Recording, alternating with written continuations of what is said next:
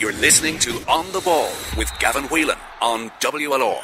Thanks to Borgosh Energy, rewarding customers with unmissable hurling experiences. #hurling to the core. A very good afternoon and welcome to On the Ball. In a moment I'll be speaking to Brian Flannery about this evening's Munster Championship game between Cork and Waterford. Tony Corcoran and Tom McGlinchey will look ahead to tomorrow's All-Ireland Senior Football qualifier between Westmeath and Waterford.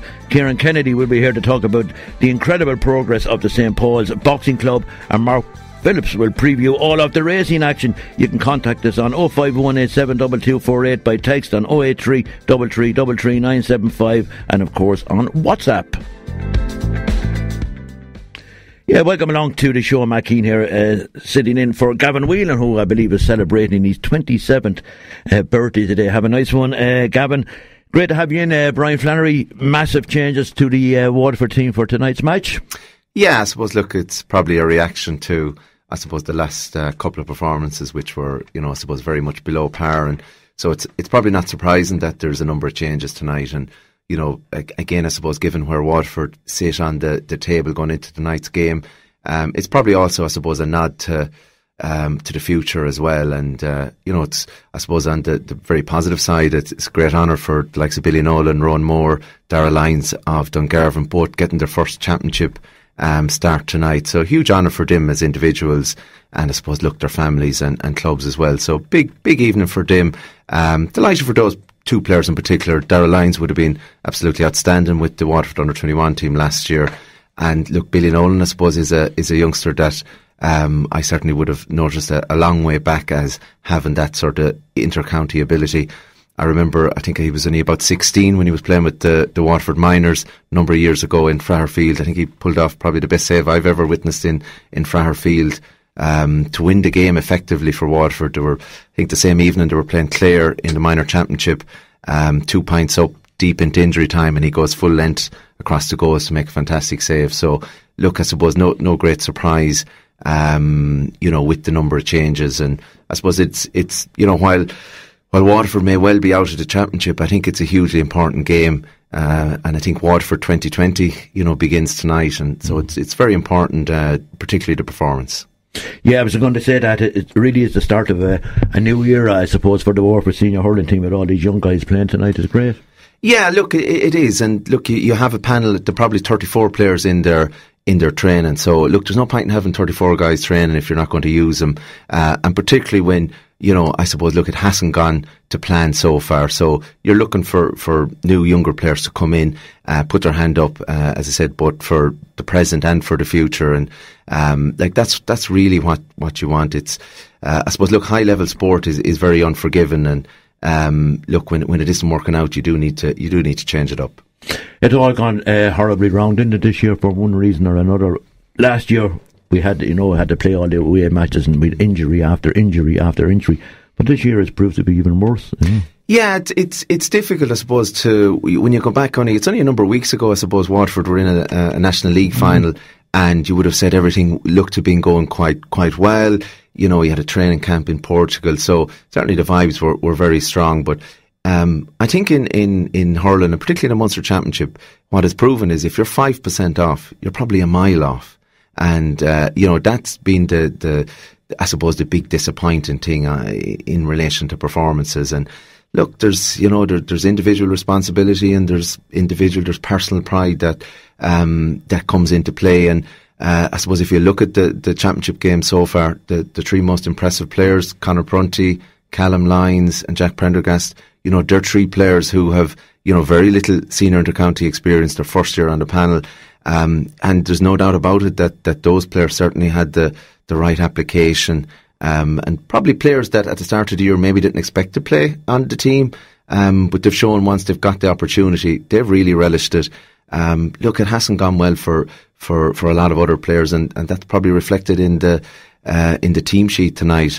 But that's, I said we're talking about top level sport, but look, it's been a difficult week, I suppose, for Waterford hurling, and certainly every hurling show, every sports show, the question is what's wrong with Waterford, and I suppose you just have to keep reminding yourself, look, they are amateur players, they don't get paid for this. It's the same with the management; they're all doing it for the love of the game and for Waterford hurling. So you know, it's that does make it difficult. But top level elite sports is very unforgiving, you know, and when you're playing at that high level, you know, you have to come up to the mark. Unfortunately, particularly in the last couple of games, Waterford have been off the pace. So I think that's reflected then in the number of changes you see for tonight's game. Yeah, it's keyboard warriors, you know. I felt so sorry for the players and indeed Padraig Fanning during the week. I mean, some of the criticism I thought was totally and utterly over the top. Look, I think that may be a commentary on where society is at the moment, and social media and everything else. You know, it's and I said, look, let's be honest, Matt. Like, what happens? You know, all these guys. Look, I know a lot of them myself. They're all good guys. They nobody deliberately goes out to play poorly. They're not defined as individuals or people in relation to how they perform. You know, I think you always got to separate their amateur players. What they do in the field is one thing, but they're people outside of that. So it's very important to separate the two. Hasn't gone well for them. Look, that's, you know, they're not the first. You know, if you look at over the years, unfortunately, Waterford have probably suffered more heavy defeats than probably any other top-level county. I think my own first memory of a Munster final was back in 82, 83. Those Munster finals, we could list half a dozen or more occasions where things just went horribly wrong. That happened again, you know, last week. And it's difficult to put when something is going wrong, to arrest it. But I do think there is a bit of individual performance and personal responsibility and personal pride, because even when things are going wrong around you, you know, there's you got to, as an individual, you know, dig in. And look, there's no player, I suppose, whether you're senior or otherwise, has a divine right to wear the jersey or play intercounty with Waterford. That's a privilege that you earn, and you have to earn to retain it. And I was recently talking to Tommy Welch, the Kilkenny hurler. And one thing he said to me, which kind of surprised me, was that he never felt comfortable hurling for Kilkenny. He always felt that if he had a poor game, that he could be left out the next day. And what he said to me is, look, he played every game with Kilkenny as if it was his last. Now, that's a guy who has, 8 All-Ireland medals and as many All-Stars. You know, it's a great maxim for any player. You know, if you're privileged enough to play senior in the county, you should have that desire and play every game as if it's your last. And as I said, look, there are examples that the 3 new guys in this year have certainly shown that. And I imagine, look, we're looking for more players to display that sort of commitment as well. And that's a sort of a minimum at intercounty level. You got to have that first and foremost. If you don't have that, like, it's, you know, everything else, the talk about tactics and doing this, that and the other are kind of irrelevant. You know, you really have to bring that aggression, intensity, that desire, you know, and I said, hopefully we'll see some of that tonight. It's a big game for Cork, but the scoring difference is not. Look, Cork are genuine contenders. You know, they're all Ireland contenders. Think so, Brian? Absolutely. Their forward line is outstanding. You know, Patrick Horgan is a joy to watch. Seamus Harnedy is an outstanding player.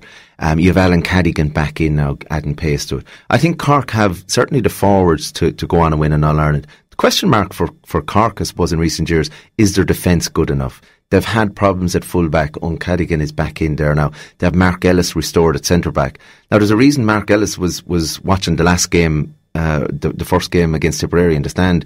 You know, his manager didn't have confidence in him, but they had to go back to him. So there is weaknesses there. And like, what you'd hope tonight is that, you know, Waterford definitely have got a bit more legs back into the team, Brian O'Halloran and Peter Hogan, you know, that they get on the ball, Shane Bennett as well, and go at those Cork defenders. Take them on.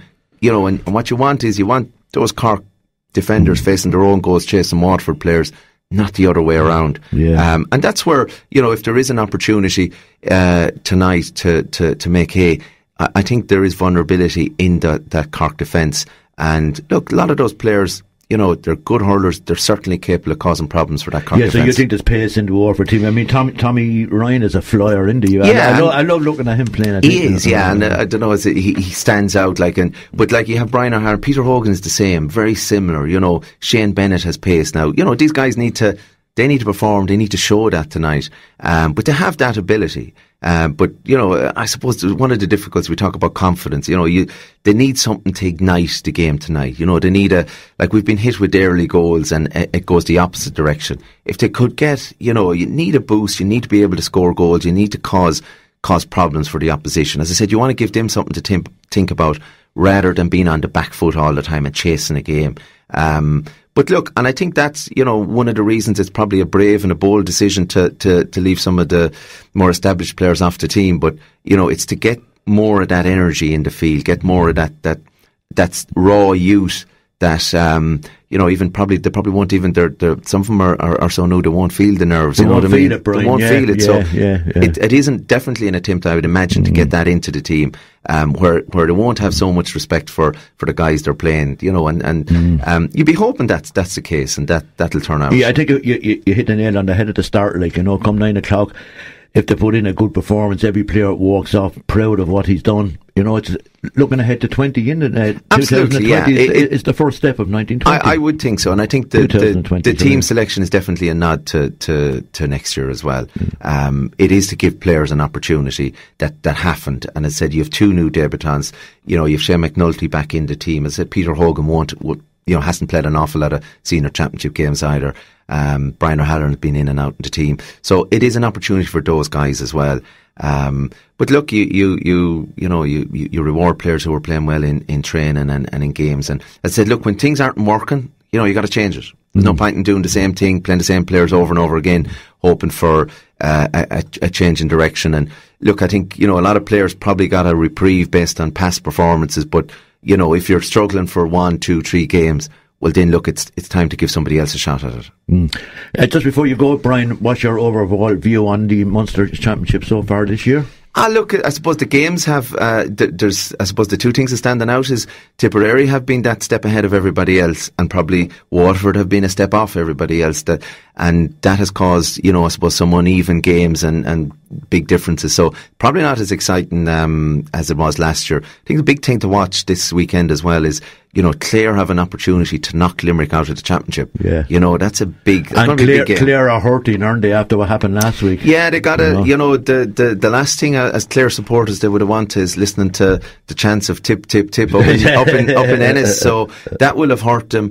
They have a lot of good players in it, but look, no more than Waterford have a lot of good players in it, but it's no good if you can't get that performance on the field. And Clare they won, a lot of those players won All Ireland back in 2013. The basis of that team is still there. They've really struggled since. They've won very few championship games since 2013. So there's a big question mark there, but it's like, we probably said this about Waterford last week. If it's going to come out in them, you'll have to see it in Clare this weekend. Again, big game in Leinster tomorrow as well. Yeah. Kilkenny and Galway. Again, Galway are a team that, there's question marks over them. Are they in decline? So there's the next, I suppose, this weekend and the following weekend is I suppose, decision weekend for a lot of teams. Unfortunately, Waterford's direction is going in a different place. And look, I suppose over the next number of weeks and even months, it is, I suppose, an opportunity for reflection in relation to Waterford hurling. And I think, it does need a review, Matt, in relation to, I suppose, systems and structures where we are at as a hurling county, because there's definitely clear signs down through the underage and different grades that we've become less competitive in recent years, and that would be a worry. Like Waterford Minors similarly are already out of the championship, and I think the stats there is in the last 10 championship games Waterford have only won 2 minor games. So look, there is issues certainly that as I said, it's probably past time for review. And again, the danger there in relation to that is, by the time you realise there's a problem, you may be 5 or 6 years behind the curve. Yeah, exactly. And within a blink of an eye, you could lose a decade. Like when I started hurling for Waterford, it was 1998, Matt. The All-Ireland champions that year was a county called Offaly. Offaly, yeah. And that's only 21 years ago. And I find that sad in the national media are putting Waterford into the bracket now of Offaly and Carlow and that. I mean, it's not a crisis point, Matt, but there is an opportunity there that we should be looking at everything we do in relation to hurling in Waterford. And there's definitely, as I said, evidence in schools. There's a red wave coming. Like if you look at all the underage from Tony Forrestal up to minor, Cork seem to be the county, a common county. It's the same in schools hurling. They had 2 teams in the Harty Cup final this year in Cork. I think you can't just look at Waterford in isolation. You've got to look at what other counties are doing as well. As I said, some of the the development squad systems, everything we've been doing maybe for the last, that has served as well, that may not be sufficient currently. It probably needs further investment as well. So there's an opportunity, certainly in the next few weeks and months, that all of these things should be reviewed. I know there's development at Welsh Park as well, but look, the most important thing is having players on the field. As I said, there's warning signs there that should be discussed at county board level and the places where change can happen. But look, everybody has a part to play, schools, clubs. We need to, and to be honest with you, I'm actually not concerned about the Waterford senior team. There's good players there. They will recover. They'll come back, and they will be competitive. But certainly what's coming behind, where the next stars, where the next Waterford All-Stars, I'd certainly be concerned. And it's something that, as I said, in the next months, it's probably something maybe we'll touch on again, maybe ourselves. It'd be fantastic. Yeah, I'd love to have you in for that one. I have to leave you go, Brian, because we're turning our attention to Gaelic football, but I loved your piece in the Munster Express this week. And this is a message to the 15 lads that go out. You said it's an American term, team sports. You said it's about Jimmy's and Joe's, not X's and O's. I thought that was fantastic. Yeah, look, it is, and it's. I suppose everything in sport, whether it is GA in particular, we're importing an awful lot, say, from rugby and other sports, and talking about systems and plays and set plays and ways of playing. But at the end of the day, and I suppose American football is probably the most systematic sport in it, where they have playbooks and they're running set plays that they've practiced 100 times. But at the end of it, that great saying in America is that winning is more about the Jimmys and Joes. It's more about the players you have than whatever systems. Players have got to play. Yeah. When they walk over that white line, it's up to them, isn't it, Brian? Absolutely. They've got to kick in. And look, as I said, great with 2 new debutants this evening. Wish them the best of luck. Wish all the players the best of luck. Minors as well. Look, it's an honour to wear that jersey. Don't ever forget it. What a way to finish. Brilliant speaking to you. And you can read Brian's match report, of course, in the Munster Express next week. You're listening to On the Ball with Gavin Whelan on WLR. Thanks to Bord Gosh Energy, proud sponsor of the GAA All-Ireland Under-20 and Senior Hurling Championships. # hurling to the core. Yeah, big day up there in Westmeath, of course, tomorrow, and it's great to be joined in the studio now by Tony Corcoran, former selector with the Waterford senior footballers. And on the line we have Tom McGlinchey, the former manager. How are you, Tom? Hi, how's it going, Matt? How's it going, Tony? Hi, Tom. You can chat away, lad. This is like a old pals reunion. Yeah, good memories, There's a job for you and Matt, there's no doubt about it. Yeah, right, Poverty goes, you'll do the job. Listen, Tom, how do you think the lads will do up there tomorrow in Westmeath? Well, I suppose, Matt, in fairness, it's going to be a very hard task going up, especially when it's an away fixture, going up to Westmeath. Up to Mullingar to play Westmeath. They won the Division 3 this year. They've had a new manager in, Jack Cooney. But having said that, they put a lot of emphasis, Westmeath, on the league this year to get out of Division 3. And we all know that they tumbled down a couple of years ago. They went from Division 1 all the way down to Division 4. And they seem to be making their way back up. But that takes a lot of effort, and you have to do a lot of work, we'll say, in the winter time. And that can take a lot out of the body. And we've seen that down through the year with teams when they put a lot of emphasis on the league, that the championship doesn't work out. And that's what happened to them against Laois the last day. But having said that, it's going to be a tough task for the lads. But, let's wind back the clock 12 months ago. It was a tough task for the Waterford team to go down to Wexford in a away fixture. And they came away with a victory. And, we saw it even 3 weeks ago against Clare, a tough fixture away from home. And they nearly pulled off a shock there as well. So I give the lads a very good chance there. They're going in as underdogs again, which is fantastic. Going in slightly under the radar. And I've no doubt that the boys will give it everything. And they could be there or thereabouts come the end of the 70th minute. Tony Corcoran? Yeah, I agree with Tom. I think that Westmeath might be, hopefully, they'll be a bit complacent in the fact that they got Waterford, a Division 4 team, and they might be a little bit relaxed playing at home as well. They might think that they've nothing to do, really. But as Tom said, the boys went to Ennis there a couple of weeks back, and They gave a great performance, and a little bit of luck. I mean, I suppose everyone was saying we were a little bit negative maybe in the first half, that we defended so much and so deep, and that when we actually went that clear, that we caused them problems. So you'd be hoping that tomorrow they will probably, hopefully, start the same way as they did the second half of the game against Clare. Because in fairness they have it, but Benji will set out his stall, and the boys will just knuckle down and they'll just work with him, and hopefully it'll pay off. What kind of what way will he approach this match tomorrow, do you think, Benji Whelan, Tom? Well, I suppose, and Tony said it there, you can't just throw everything, all your plans away because, maybe it didn't work totally against Clare. But I mean, I think it was just, they got the balance nearly right against Clare. They had to set up defensively because realistically Clare are a Division 2 team and a solid Division 2 team for the last number of years. And proof is in the pudding that last Saturday night against Kerry, they put it up to Kerry as well. So Waterford had to set out their stall, and they defended very, very well, and were 6 points down at half time, and in the second half they got the measure of Clare. They said, let's go at them, and they did, and unfortunately came up short at the end. And I think something similar will probably have to happen again tomorrow, because as I said, Westmeath are on the way back up. They were a solid Division 3 team. They won the Division 3 title in Croke Park. Now, while they were poor against Laois, there's no doubt about it, you can't leave yourself wide open because they will punish you. And they have players like Lynch and O'Toole and Jorregan up front that will punish you if you leave yourselves wide open. But just, looking back over the Westmeath-Laois game, and even in preparation to talk to you today, Matt, I was just looking at the Westmeath-Laois game, and Laois set up very defensively against Westmeath in the second half when they were playing against Wins. And Westmeath found it hard to break them down.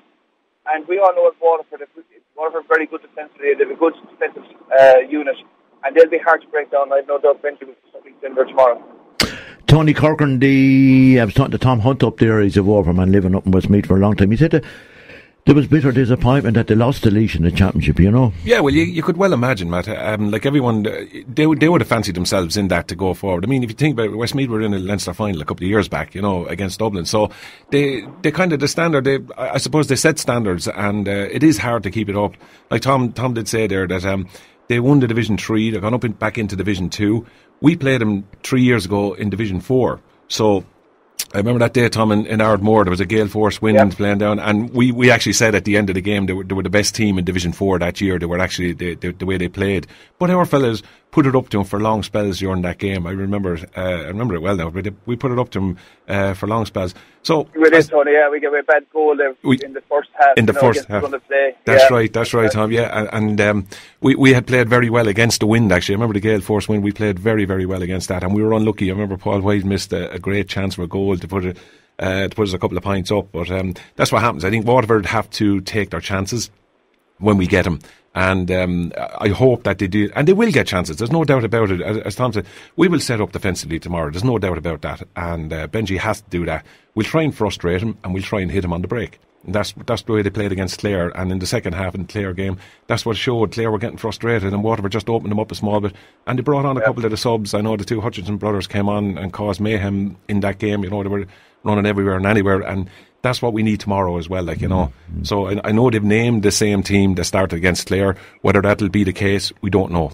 He might have a couple of tricks up his sleeve, you don't know. Yeah, it's been great speaking to you, lads, but it'd be fantastic. And you alluded to it earlier on there, Tom, the win in Wexford last year gave everybody such a huge boost. Wouldn't it be fantastic to have another win tomorrow then? Look, Matt, you can't underestimate what a win and the performance will do tomorrow for the Waterford footballers, and obviously for the Waterford GA public, because it's just been unfortunate the way the hurling has gone the last 2 years. Haven't performed maybe the way they wanted to in Championship. But look, having said that, the hurlers they got to the league final. They're back up in Division 1A, and look, the Waterford footballers they finished the league very strongly, and that's great credit to the players. They had a very good finish to the league, and had some very good victories in the league, and then they took that form into the Championship, and came out with a very credible display against Clare. And without giving away too many secrets, and I know the lads have prepared very diligently behind the scenes as well, and have played one or two good challenge games, and they'll go into this Westmeath game. They won't fear anything, because obviously everyone thinks that they haven't much of a chance, and that's when I think Waterford football performers best. and Tony alluded to there as well with the subs they bring on, like, you know, that if they don't start like with JJ and Desi, you've Jason Curry that can score from any angle and from any free, and there's a lot of experience on that Waterford football team. So, you know, I wouldn't be one bit surprised the 65th, 66 minutes tomorrow, and we're listening to that. We're saying, you know what, Waterford have a right chance here, and I wish the boys the very best of luck, and it would be fantastic to have scenes like we had last year in Wexford Park. Brilliant stuff indeed. Lovely to speak to you again, Tom. Take care. That's great, Matt. And look, Matt, if we can get the old team back together there with Tony, we'll have it all night out there. What about the PRO, Frankie Ryan? We better get. Well, he wears sunglasses now. He's up deep undercover. Like, see him, yeah.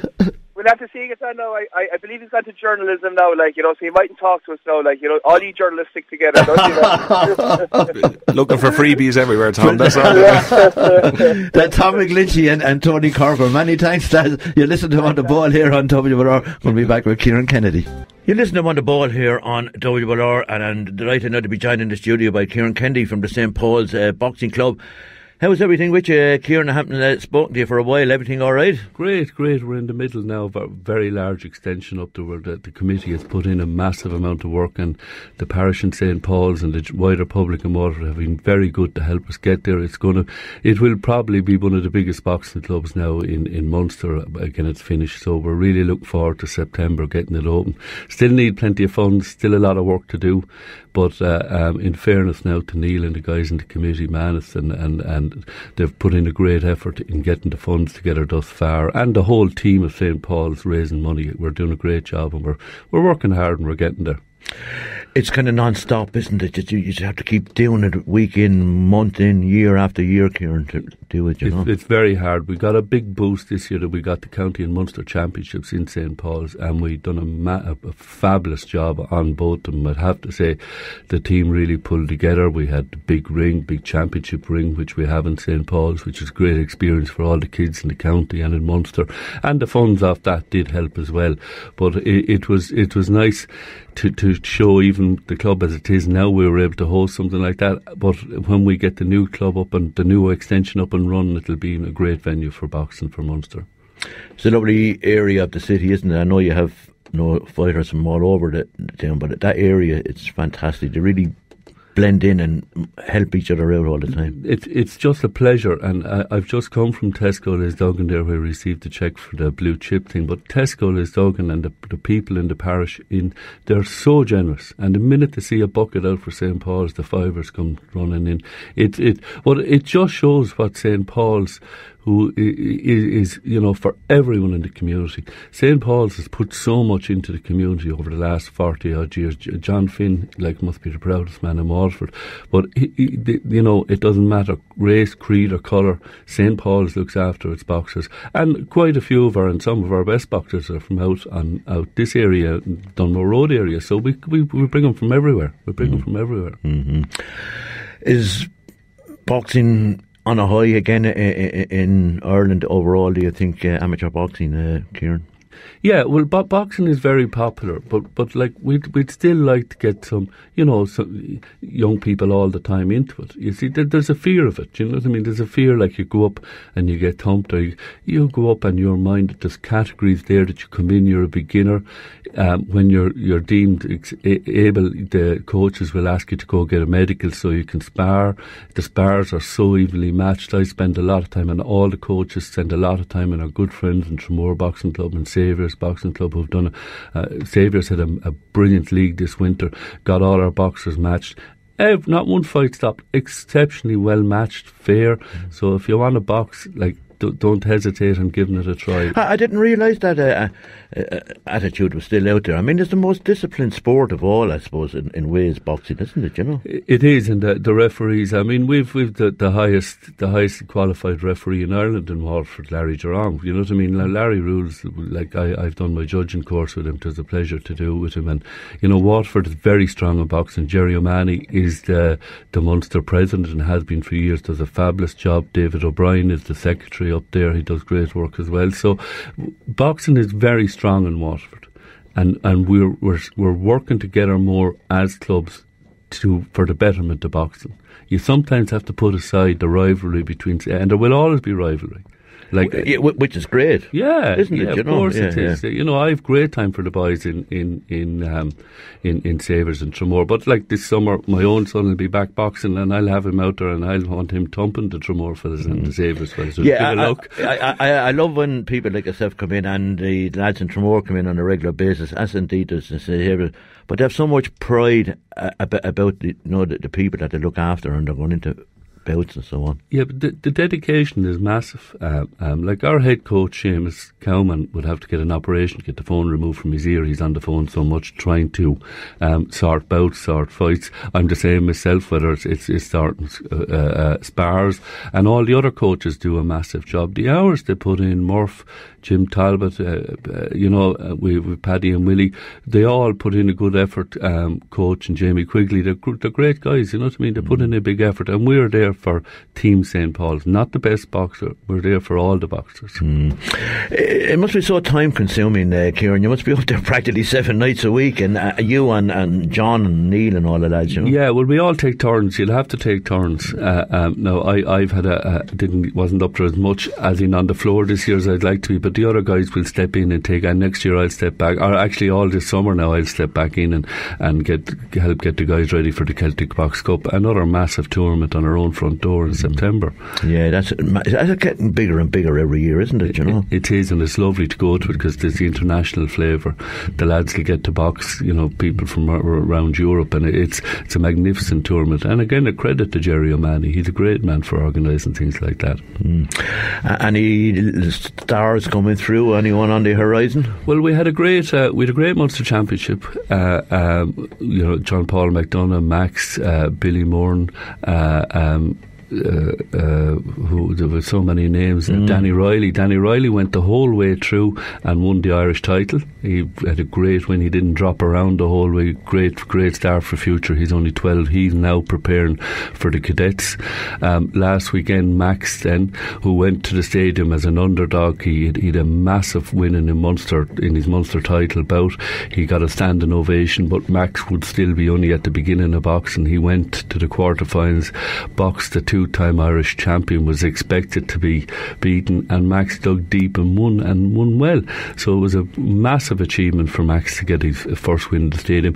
He boxed again last weekend and just came, you know, the wrong side of a good close decision, but that for a boy who's only boxing 2 or 3 years is massive. So you know, Billy Moran was beaten in the final. Billy, again, very good young fella, very good boy. His dad coaches up there, and his little brother is there as well, Troy. So you know, there's a big family up there as well of boxers, you know what I mean? But like John Paul McDonough is following the footsteps of his brothers, like they're all previous Irish champions as well, so it's good to have the family feel to the club. Yeah, it's fantastic indeed. So exciting times up there, Kieran. Yeah, exciting times, and our aim is down the line to get one of our boys. Like, at the end of the day, it's great to win Irish titles, but you want to see the men on the floor boxing, the senior men. You know, at the moment we'll have Willie Riley, we'll have Jordan Halpin, we'll have Jordan Kennedy. John Cowman is another senior boxer. We're hoping there are 1 or 2 more on the periphery that might come back to us, and we give this Celtic Box Cup a good team. But that's what you want to see. Yeah, if you have guys like that, the senior guys, as you say, the kids then will look up to those guys if they're doing the business. Without a doubt. But they're all of those guys are very good boxers. They just, you know, you see, Matt, with the senior guys, like they have college, they have work. I don't see my own son for 3 months in the winter. He works so hard. He's a fitter, so he's on the road.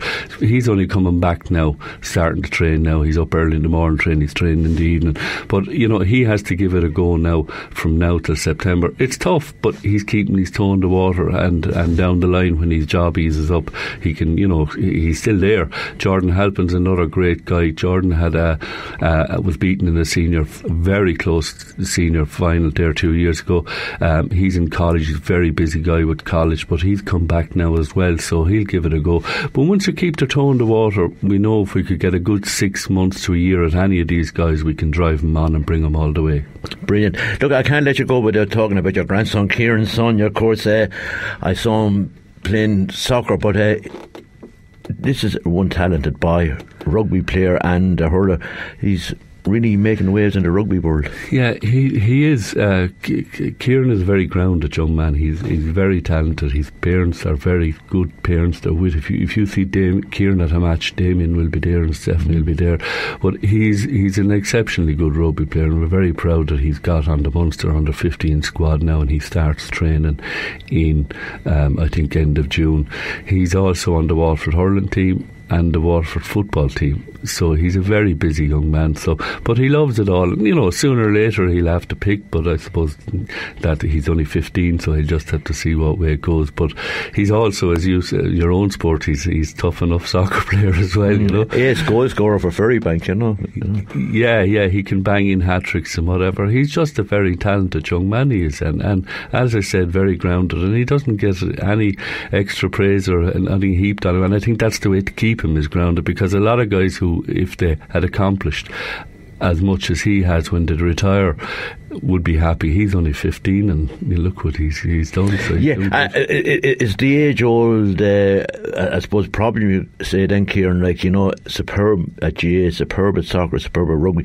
Eventually I suppose he'll have to make kind of a choice with, you know, the advice of Damien and yourself, perhaps, you know. Yeah, well, you know, my thing is with Kieran, I think rugby is the thing. He's ferociously strong. He's a fabulous step. He's very fast, and he's been playing it. It's the only sport he's been playing since he's 6. He's only playing hurling 3 years. He's playing soccer maybe 4 or 5 years. He picked him up later, but rugby does seem to be his joy. You know, he does seem to like that. And his dad was an exceptionally good, tough rugby player, very good rugby player, very good wing, you know, often banged in 10 tries of a season, you know what I mean. So it's, the rugby is in the veins. But my dad was on the Limerick hurling panel, so the hurling is there somewhere, and it skipped me, unfortunately. Was he? Yeah, I didn't know that. Yeah, he was, and a great Delas Alman, my dad died there 2 years ago, but a great Delas Alman, and he was around in the Sonny Welsh era and all those guys, so he would have been Waterford selected for football as well, Dad. He was very passionate. He'd be very proud of Kieran's achievements. I never knew that. Kieran didn't take up boxing, no? He did, actually. Did he? He did. I sent you a video. Yeah, he boxed for 2 years. Did he, really? Yeah. And he was getting right handy at it then, but it was just, there was too much going on, you see. He actually did. Did he? He would come down and, you know, with a bag hanging in the shed, and he'd let rip, and I still, to this day, regret the day he pulled out on that, because to me now, if he was boxing, he's such a powerful young fella, he'd do serious damage. You know? And he's only 15, only youth one, but no, I got away from me on that one, I'm afraid. Pro granddad is brilliant. So it's great speaking to you, Kieran. Look, exciting times ahead, and a plea, I suppose, or a request that people want to get up to St. Paul's and start boxing, you know. Yeah, of course. It's from all communities. It's very important. And as I said, we will have a big tournament, please God, for the opening in September-ish, and we'll be in touch, and we'll invite everyone, and Neil will be thumping our chest in that regard. He'll get the word out there. Brilliant. We'll see you then. Thanks, Kieran. You're listening to On the Ball with Gavin Whelan on WLR. Thanks to Bord Gáis Energy, putting customers at the core of under 20 and senior hurling championship action. # hurling to the core.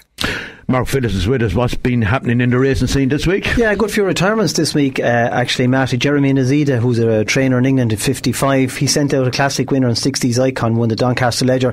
He's given up. Just his numbers have dropped in the last few years, and he thinks it's just the right time to get out. Probably didn't do himself any favours. He was in Dubai one year with a horse well fancied to win, and he made a comment that Sheikh Mohammed's horse kept getting stall one every time it raced in Dubai, and I'd say he kind of paid the penalty for that remark. He had to apologise for it afterwards, but look, he's getting out anyway. It's just a number of trainers just not continuing on into their 60s. They're just kind of cutting their losses, I'd say, early, but look, that's just the nature of the game.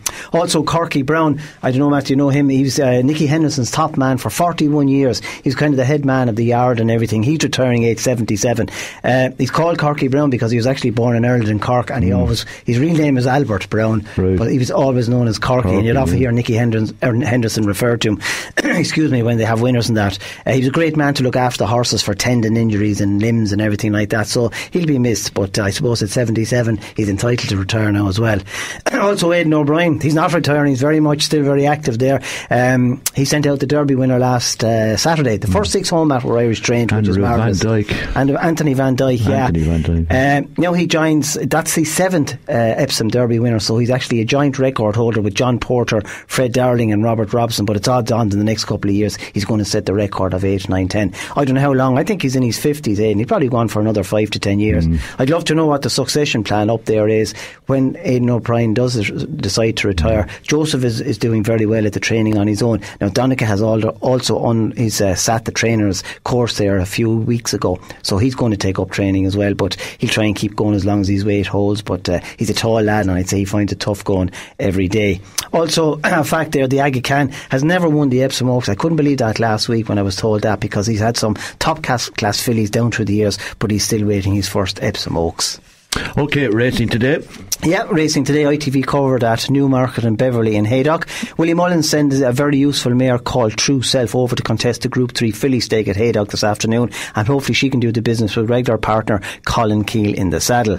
There's a horse called Spanish City. He's proving expensive to follow, but in fairness he looked totally unsuited to the sharp contours of Epsom last week in a sprint race over there. Today he runs in the straight course there at Newmarket at 3:55, 6 furlongs, and I think that's going to suit him perfectly.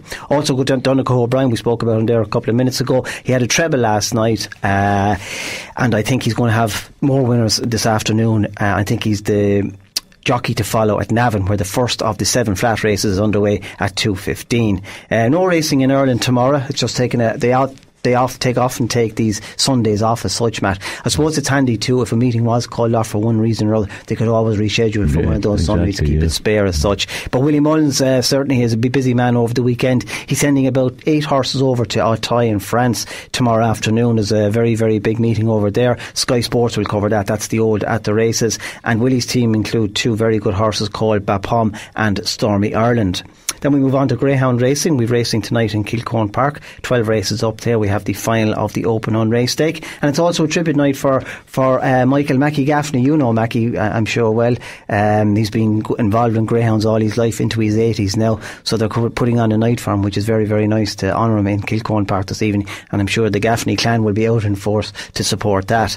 We'll also take in racing from Shelbourne Park in Dublin, 13 races up there, and we're also going to take in the action from Curraheen Park in Cork. We have the 4 first round heats of the Barry's Tea Open Marathon event, so plenty of good horse and greyhound racing to look forward to this weekend. Great stuff. I met a fan of yours out in Tramore last week. Yeah, I was in not too many of them around, and he said my favourite part of the show is when Mark Phillips comes on and he jots them all down, your greyhounds. Well, I hope he backed the one we gave last week, Japan in the Derby. Japan, each way he was third at 20 to 1, and his jockey dropped Wayne Lorden dropped his whip inside the final furlong, and God knows what would have happened if he had that. Yeah, great stuff indeed. Many thanks for that, Mark. Thanks, Matt. Many thanks to Mojo, and again Gavin Whelan celebrating his 27th birthday. He'll be back in the hot seat here on the ball on Monday and again on Saturday next. The very best of luck to the hurling team tonight. Go out and do us proud, lads, and of course the Gaelic footballers up there in Westmeath, and we'll have live commentary of that hurling match tonight, thanks to George Corbett Skoda with Kieran O'Connor and Owen Murphy, and Tomas McCarthy